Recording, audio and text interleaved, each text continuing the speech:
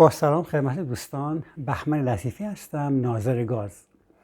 میخواستم نکته رو در ارتباط با این کپسول های گاز پیکنیکی خدمتتون عرض کنم.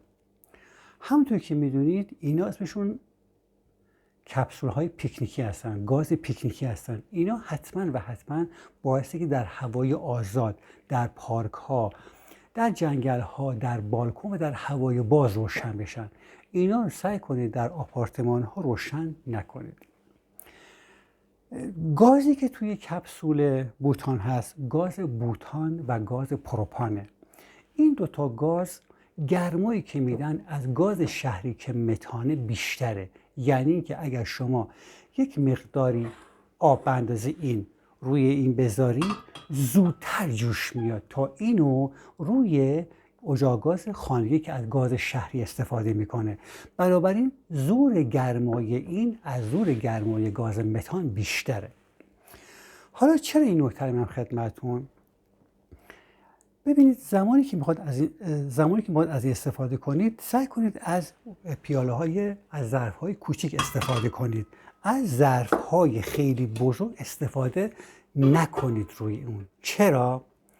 به این علت که شیر این گازهای پیکنیکی یک سیستمی توش هست که اگر گرمای زیادی احساس بکنه این شیر ناخودآگاه باز میشه و گاز رو ازش خارج میکنه. این سیستم رو طراحی کردن که این کپسول مورد خطر قرار نگیره. طراحی شده این. حالا اگر شما اینو داخل خونه استفاده بکنید و قابلمه بزرگ روش قرار بدید، احتمال گرمای این تشعشع میکنه و شیر زیر این احساس گرما میکنه و اون سوپاپ احتمال داره باز بشه و خطر ایجاد کنه. اما در هوای آزاد نه، چنین مشکلی ما نداریم. من یک مطلبی میخوندم چند وقت پیش، توی خونه اومده بودن از این کپسول استفاده کرده بودن و قابلمه بزرگ روش گذاشته بودن. این قابلمه بزرگ گرما رو به سمت پایین تشعاع کرده بود و این شیر باز شده بود و موجب شده این خونه آتش بگیره. پرده ها همه چی آتش گرفته بود. بعد اعضای این خانواده فرار رفته بودن پایین. بعد درم باز گذاشته بودن. گرما از اینجا به سمت بالا میخواد حرکت بکنه. اعضای طبقه بالا میبینن از پایین نمیتونن فرار کنن، میرن به سمت بالا که از در پشت بام فرار بکنن.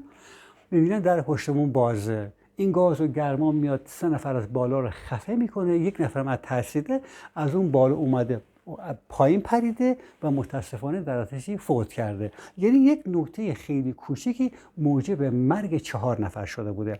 پس دوستان عزیز، از کپسول پیکنیکی در خونه استفاده نکنید و فقط در فضای باز، پارک ها و در بالکن های بزرگ استفاده کنید. ممنونم که این ویدیو رو تماشا کردید.